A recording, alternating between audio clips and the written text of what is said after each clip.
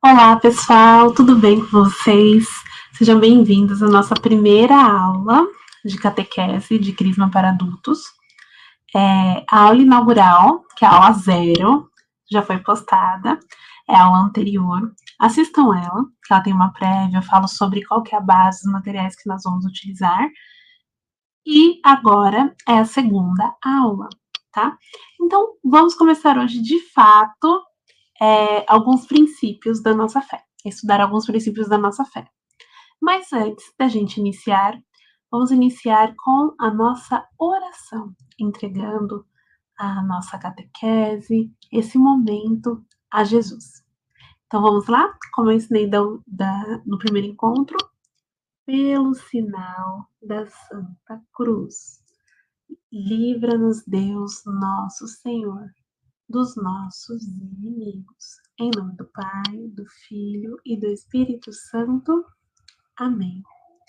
Inspirai, Senhor, as nossas ações e ajudai a realizá-las, para que em vós comece e para vós termine tudo aquilo que fizermos. Por Cristo Senhor nosso. Amém. Pai nosso, que estais nos céus, santificado seja o vosso nome.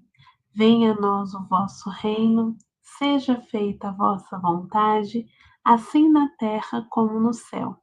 O pão nosso de cada dia nos dai hoje, perdoai as nossas ofensas, assim como nós perdoamos a quem nos tem ofendido. E não nos deixeis cair em tentação, mas livrai-nos do mal. Amém. Vinde, Espírito Santo, enchei os corações dos vossos fiéis e acendei neles o fogo do vosso amor. Enviai o vosso Espírito, e tudo será criado, e renovareis a face da terra. Oremos. Ó Deus, que instruíste os corações dos vossos fiéis, com a luz do Espírito Santo, fazei que apreciemos retamente todas as coisas, segundo o mesmo Espírito, e gozemos sempre da sua consolação, por Cristo Senhor nosso. Amém. Vamos pedir à nossa Mãe do Céu que nos guie, que nos proteja com seu manto sagrado. Ave Maria, cheia de graça, o Senhor é convosco. Bendita sois vós entre as mulheres, bendito é o fruto do vosso ventre, Jesus. Santa Maria, Mãe de Deus, rogai por nós, os pecadores, agora e na hora de nossa morte. Amém. Vinde, Espírito Santo, vinde por meio da poderosa intercessão do Imaculado Coração de Maria. Rogai por nós, Santa Mãe de Deus, para que sejamos dignos das promessas de Cristo. Amém. São José, rogai por nós que recorremos a vós. Sagrado coração de Jesus, fazei do nosso coração semelhante ao vosso.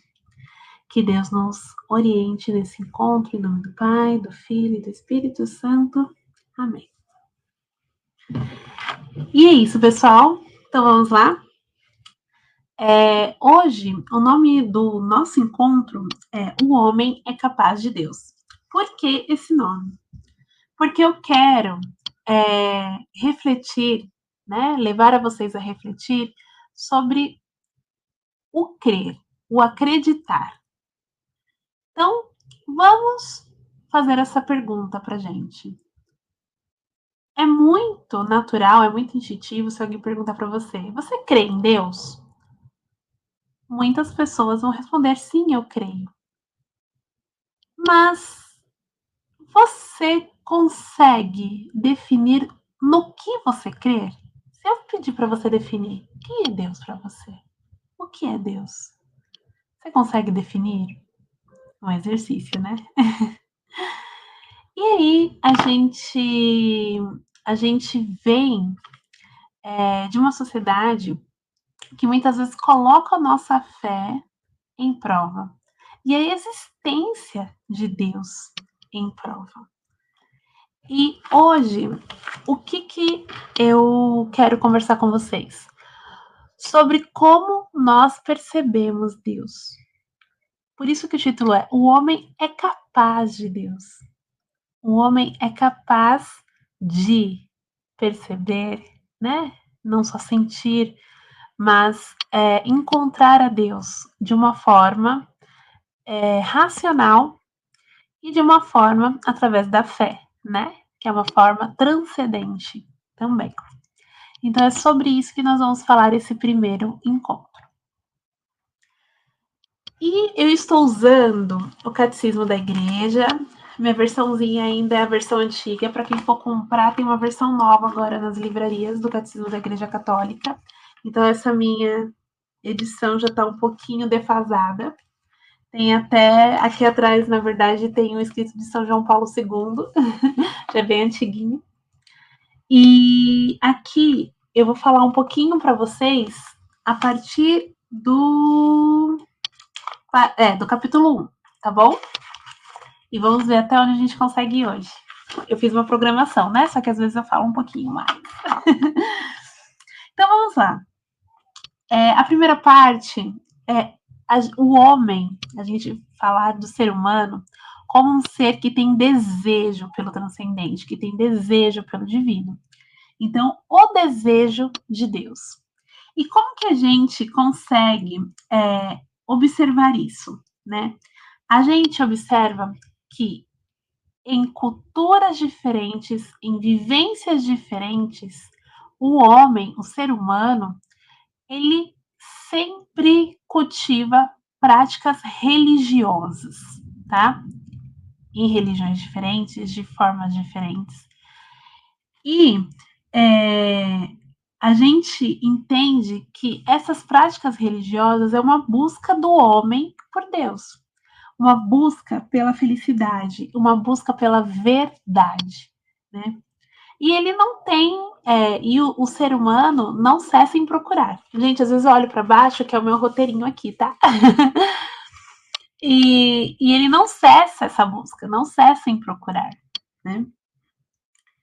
E se a gente for pensar, então, nas diversas religiões pelo mundo, diversos povos, existem diferentes tipos de orações, né? Não todas as práticas são práticas que nós, como cristãos, aceitamos, né? Mas existem sacrifícios, cultos, meditações, entre outras, tá bom? E apesar dessa diferença, né, que existe entre os cultos, existe esse comportamento que é similar, tá? Então a gente pode sim a gente pode sim falar que o homem, o ser humano, é um ser religioso, ok? E aí eu vou ler um trecho que está aqui no Catecismo, tá? No parágrafo 28. De um só homem, ele, Deus, fez toda a espécie humana para habitar sobre a face da terra, tendo estabelecido o ritmo dos tempos e os limites de sua habitação. Assim fez para que buscassem a Deus, e talvez as apalpadelas o encontrassem a ele que na realidade não está longe de cada um de nós, pois nele vivemos, nos movemos e existimos. A citação bíblica é de Atos dos Apóstolos, capítulo 17, versículo do 26 ao 28, tá bom? E essa união, essa busca, né, que a gente tem com Deus, essa união com Deus, que na verdade, como disse aqui nesse trecho que eu li, né, nós estamos, nós existimos, nós nos movemos nele, em Deus. Essa primeira parte sobre o que cremos, só um adendo, tá, gente? É uma questão também muito de filosofia, tá? Pode parecer que a gente dá um pouquinho de volta, né? Vai e volta, mas é uma forma de explicar filosófica. Para quem não está acostumado muito com essa linguagem, se ficar alguma dúvida, por favor, me avise, tá? Me fala no particular, se não entendeu, se ficou com alguma dúvida, mas eu vou tentar passar todo esse conteúdo, esse conhecimento da forma mais leiga possível, tá bom? Se entre vocês tem pessoas que já ouviram explicações muito mais complexas, de pessoas muito mais preparadas, né? Por exemplo, de um padre. Tá tudo bem se vocês tiverem algo para acrescentar, também tá tudo bem. Aproveita, acrescenta aqui no vídeo, nos comentários lá no nosso grupo do WhatsApp. Se faltou alguma coisa, se tem algum ponto que você acha importante, por favor, me fale, viu? Então vamos lá. E essa busca por Deus, Deus está ali, então, para ser encontrado. Mas essa busca para o homem perceber exige certo esforço nosso. Então, existe esforço, né? De inteligência, de retidão da nossa vontade, de um coração reto, de testemunhos dos outros que o ensinam a procurar a Deus. E exatamente essas coisas também são as coisas que podem afastar as outras pessoas de Deus, quando a gente dá esse contra-testemunho, né?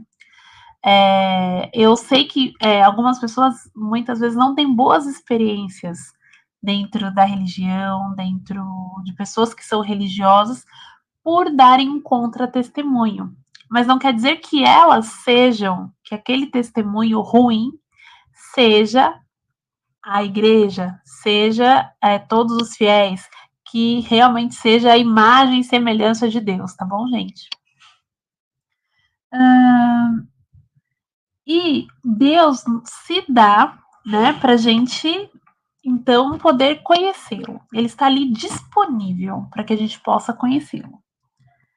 E como que a gente pode conhecer Deus, afirmar que Deus existe? Quais são as vias de acesso ao conhecimento de Deus? Primeiro, o que eu tenho para falar sobre os nós seres humanos. Nós somos criados à imagem e semelhança de Deus, né? Então, se a gente foi criado à imagem e semelhança de Deus, do nosso Criador, nós somos chamados a amar, né, o nosso Criador, a amar o nosso Pai, a ser gratos, né, por nossa vida, pelo dom da vida, pela criação. E Deus permitiu que a gente naturalmente consiga identificar as provas da existência de Deus, as provas de que Deus existe. Por isso que lá no começo eu falei que existem diversas religiosidades, fés espalhadas pelo mundo. Deus nos dá a chance de provar que ele existe. E aí você vai falar, mas como? Como que a gente pode provar que Deus existe? Existem os argumentos da ciência natural, tá? Mas também. Opa, desculpa, gente, eu pulei aqui minha anotação. Mas também existem outros argumentos, além da ciência natural, argumentos convergentes e convincentes, né? Que permitem a gente chegar à verdadeira certeza. E aí, o ponto de partida que a gente reflete sobre a existência de Deus é a criação, tá? Então, a gente consegue perceber Deus através da criação. O que é a criação, né? É o mundo material e a pessoa humana. Então, eu, você, sua família, todos os seres humanos, nós somos criação, né? Nós somos uma criatura. A criação de Deus. E o que mais é criação de Deus? Todo mundo que nos cerca. Então, por isso, o mundo material é todo mundo que nos cerca. A plantinha, o cachorrinho, a árvore, o rio, o mar, a floresta, a lagoa, a cachoeira, o sol, as nuvens, o ar, né, o oxigênio que a gente respira. Deixa eu ver o que mais que a gente pode falar. A borboleta, a abelha, a vaquinha, o porco, todos os animais da terra, todos os seres vegetais, tudo que há dentro do mar, tudo que nos cerca, os gases, os elementos químicos, os minerais, tudo isto é criação de Deus. Então, através da observação do mundo, né, que é a criação de Deus, nós podemos enxergar e provar a existência de Deus. Eu vou dar uma lidinha aqui, tá bom? Sobre como que a gente enxerga Deus, prova a existência de Deus ao observar o mundo, tá? O mundo material, as coisas que estão em volta de nós, o que foi criado por Deus. E também o que é criado através do esforço humano, da inteligência humana, a gente também consegue enxergar Deus. Mas vamos lá. Eu vou ler essa parte que eu acho muito bonita, tá? O mundo, a partir do movimento e do devir, da contingência, da ordem, da beleza do mundo, pode-se conhecer a Deus como origem e fim do universo.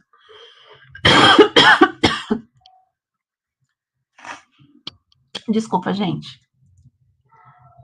Aqui tem um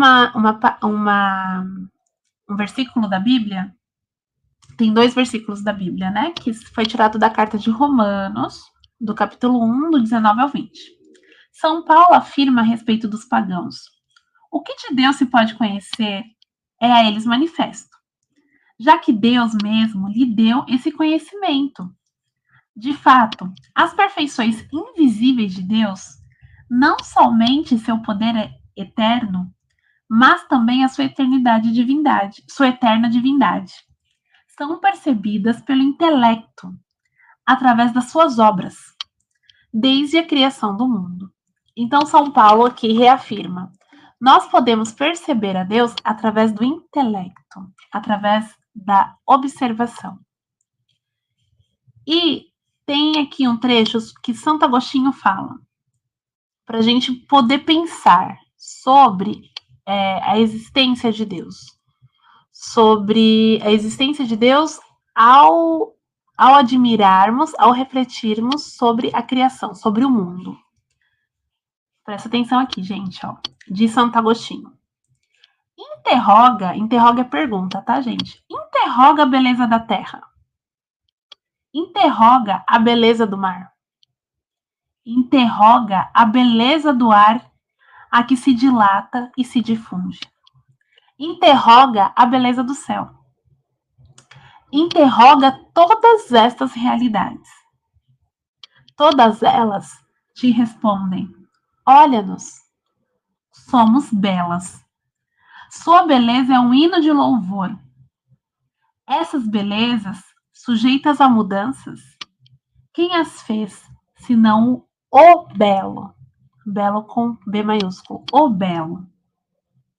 Não sujeito a mudança. E aí, só para a gente resumir isso, né? Então, Santo Agostinho fala o seguinte: se interrogue sobre toda essa perfeição, sobre toda essa beleza, sobre como a Lua está num lugar onde ela está e ela não cai sobre a Terra, esse satélite. Como as marés são guiadas por essa força. Se pergunta sobre a força da gravidade. Se pergunta na beleza que você vê ao olhar uma planta.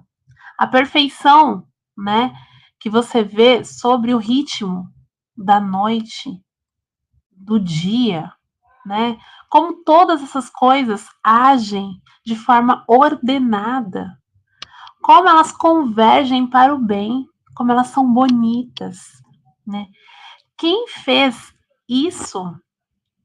Quem que é o maestro disso tudo? Quem fez isso com tanta ordem, com tanta beleza? Não é possível que seja tudo um acaso. E se a gente for olhar as obras que são feitas da mão do homem, né? Vamos comparar isso. Vamos supor que a gente vai fazer um projeto de uma casa, né? A gente não tem que pensar em todos os pormenores daquela casa. A gente não tem que pensar no encanamento, na parte elétrica. Não é só na beleza, não é só em que cor que a gente vai pintar a parede. A gente tem que pensar na funcionalidade daquilo. E aí a gente tem que pensar, o que vai ser esse cômodo? O que eu vou colocar nesse cômodo? Quantos móveis, por exemplo, um quarto. Você vai fazer um quarto de solteiro na sua casa, vai, vai construir lá um cômodo. Tá, o que eu vou colocar nesse quarto de solteiro? Vai ser para uma pessoa, duas pessoas? Vai ter duas camas? Vai ter uma beliche? Vai ter um guarda-roupa? Isso é um planejamento, né? Onde vai ser a cozinha? Ah, o canamento da cozinha. E para onde deságua o esgoto? O esgoto que vai para a rua, né? E depois, quando a gente está dentro da casa, depois que ela está construída, bonita, pintada, tudo funciona. Mas por que funciona? Porque alguém pensou naquilo, né? Alguém pensou naquela ordem, na ordem da construção, em como seriam os usos de cada cômodo, não é? Pensa em outra coisa, numa invenção, para quem trabalha com máquinas, né? Para quem trabalha numa empresa com uma máquina, a engrenagem, o funcionamento, a sincronia dela, não teve que ter sido muito bem projetado e pensado por uma mente, né? E aprimorada por outras mentes, às vezes por diversas mentes. Deixa eu ver o que mais. Gente, a dona de casa que cozinha para sua família. Para aquela receita sair direito, você não teve que seguir passo a passo, aquilo não teve que ter sido pensado. Ou até as pessoas que têm aquele dom de já quebrar as coisas e cozinhar, eu faço muito isso. Não que eu tenha muito dom, gente. Mas eu gosto, assim, de me aventurar. Nem sempre eu sigo receitas. Eu vou falar, se eu colocar tantos ovos, tanto de farinha, vai dar certo. Eu faço muito isso. Mas eu tive que pensar, né? Usar um raciocínio, pensar, planejar para aquilo dar certo. Né? Não é só pegar e colocar as coisas de qualquer jeito ali. Existe um raciocínio, existe um porquê da ordem, né? Então, a gente pensa se tudo que a gente conhece, que da capacidade humana que cria, precisa de algo, alguém que pensou naquela sincronia, por que, que as coisas que são do mundo natural não tiveram, foi um acaso. Elas são elas têm essa perfeição, têm essa beleza, têm essa sincronicidade, tem essa forma, a cor, a função no acaso, tá? Então, essa é uma das formas da gente pensar, né? Pensar, olhar e pensar que sim, existe algo maior, uma força maior que criou esse universo, o qual nós chamamos de Deus, tá?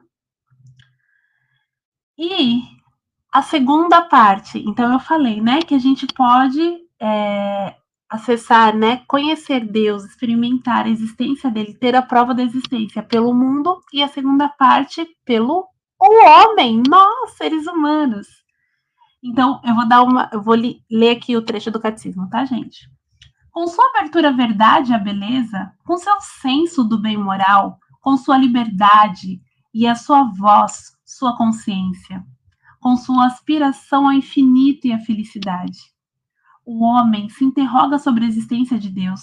Mediante tudo isso, percebe sinais de sua alma espiritual, como semente de eternidade que leva dentro de si, irredutível, a só matéria. Sua alma não pode ter origem senão em Deus. Então, tudo que aqui está falando sobre a alma, né? Sobre o que a gente conhece sobre alma. Que não é apenas a mente, tá? Não é apenas os pensamentos, a articulação, mas de onde vem essas ânsia, a ânsia pelo conhecimento, a ânsia pelo belo, a ânsia pela verdade, a ânsia pelo amor, né? Que não é uma coisa, um pensamento mecânico.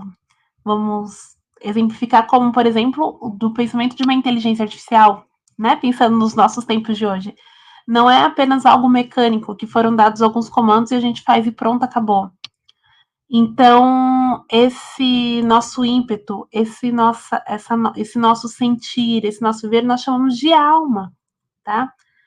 E a gente acredita que isso é uma parte de Deus, tá? A nossa alma.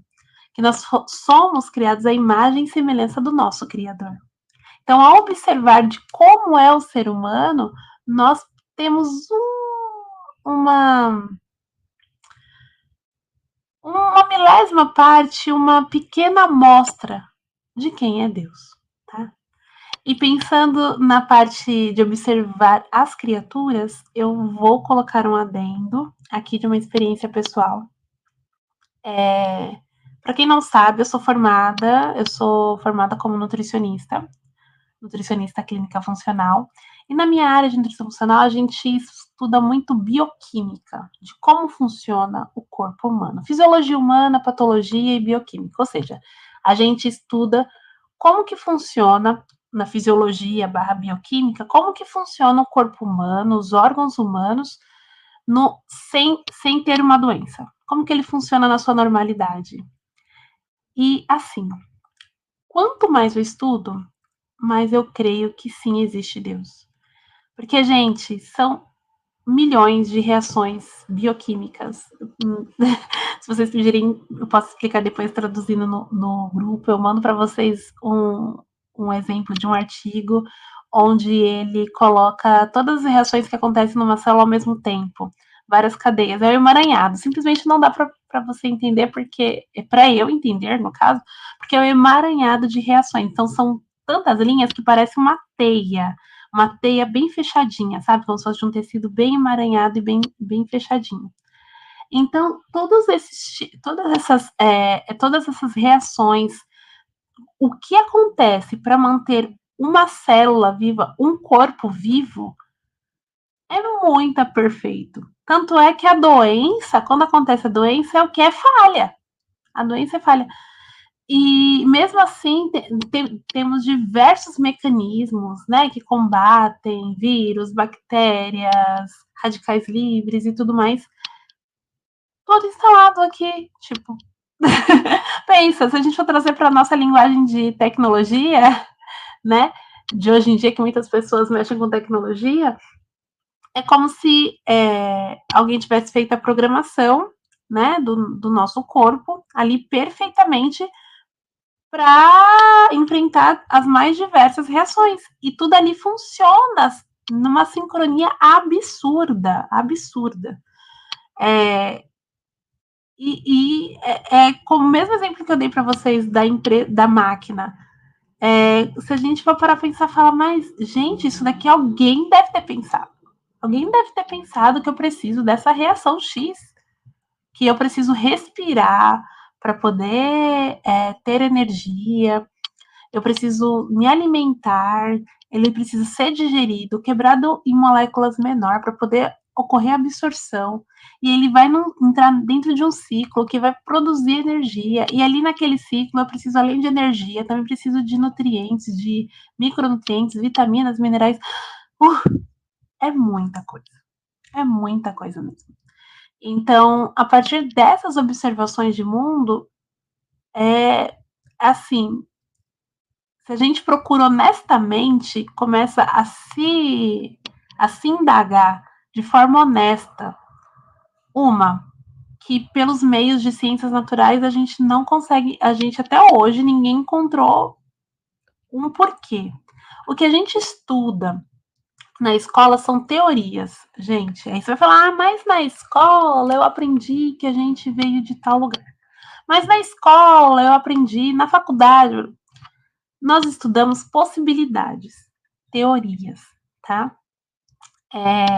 A gente, por exemplo, teoria da evolução, né, de Darwin. A gente sabe que nós temos adaptações, né, que acontecem no nosso corpo e tudo mais, mas são coisas muito sutis. A gente não consegue ver, por exemplo, numa teoria da evolução, a gente não consegue ver hoje em dia, tipo, um macaco evoluindo, a gente não consegue ver a olho nu até chegar à espécie humana.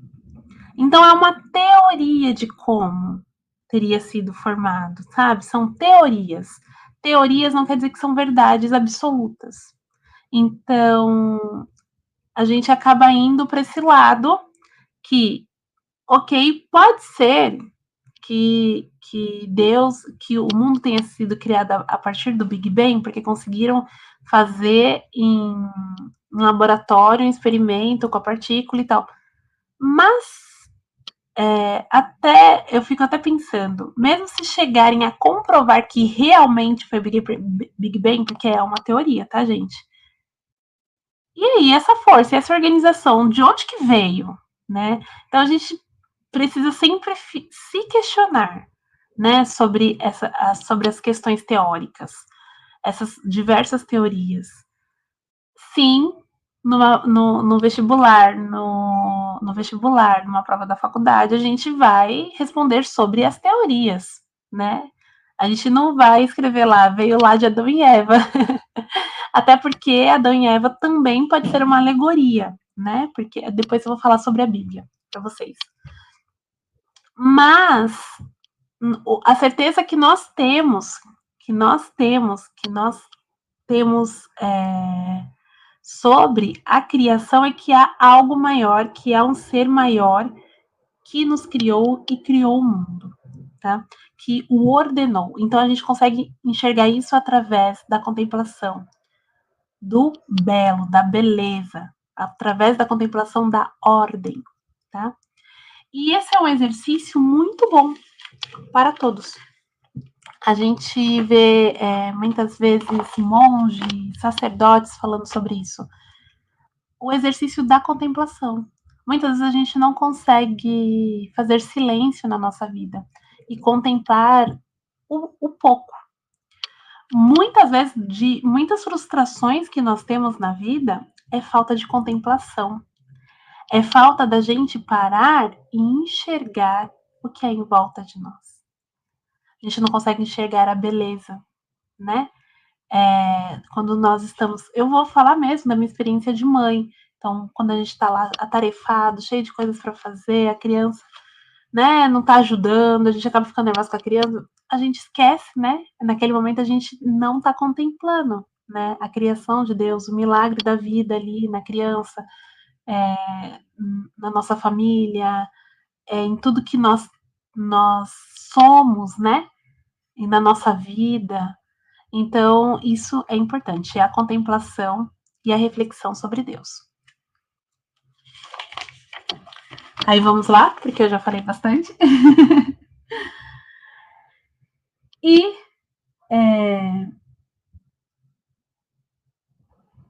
desculpa, viu, gente? Eu até perdi aqui a parte que eu tinha anotado, mas é assim mesmo. No ao vivo também, quando eu tô dando a catequese, eu também dou uma dessas. Uma dessas.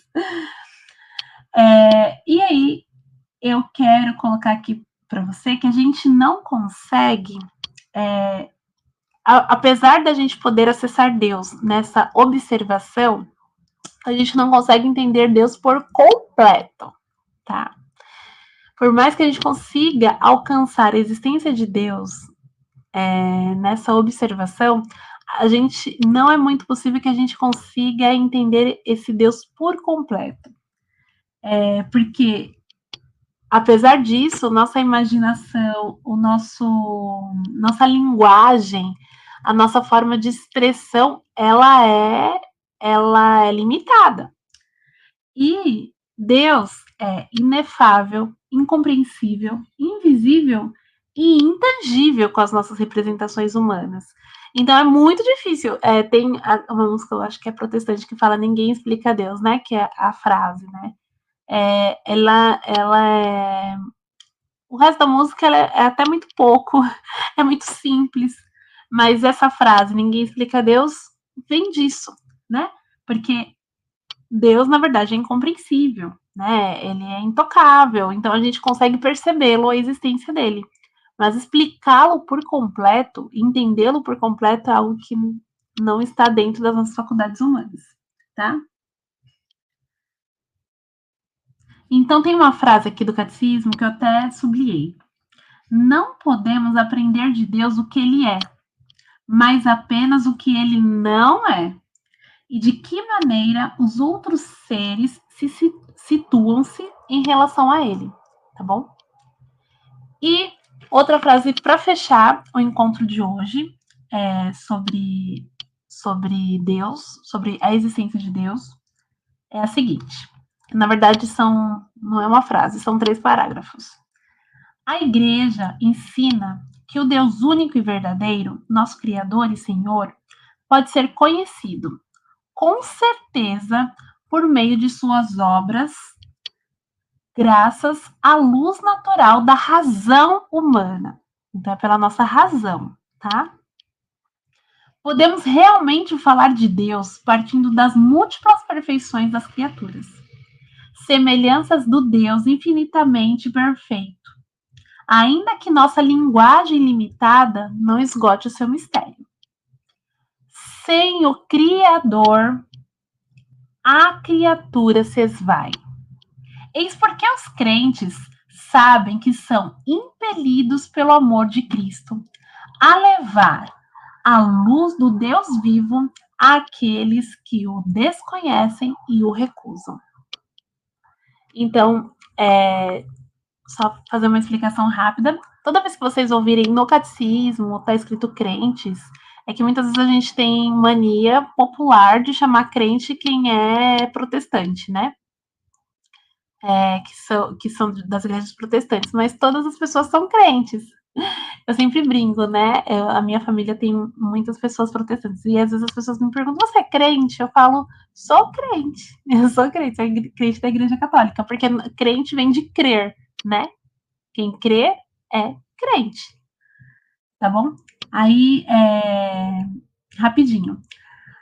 Aqui, nessa frase que fala: sem o Criador, a criatura se esvai.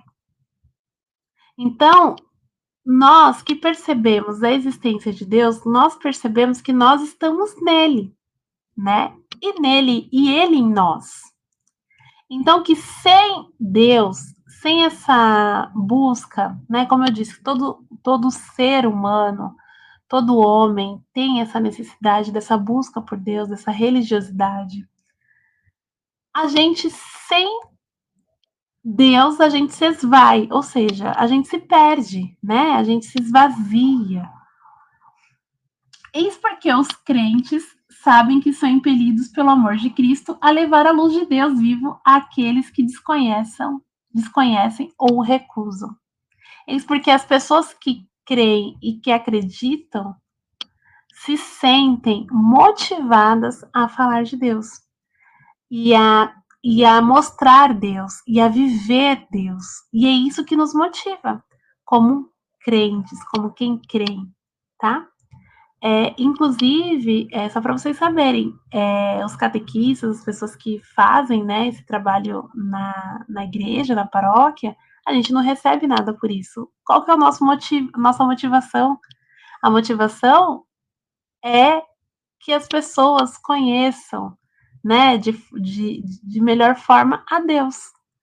Então, a nossa motivação é o próprio Deus, foi o nosso conhecer a Deus, o nosso poder adentrar nessa realidade.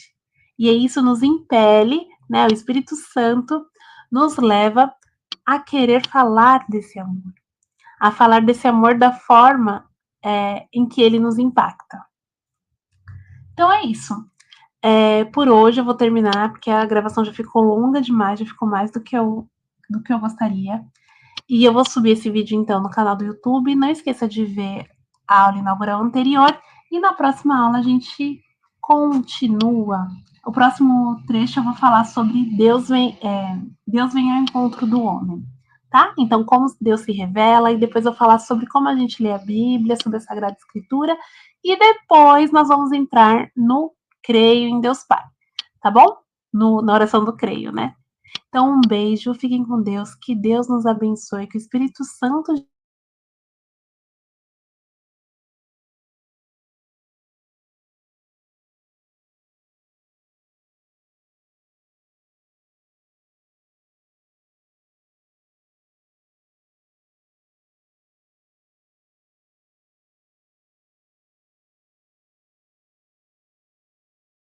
Filho e do Espírito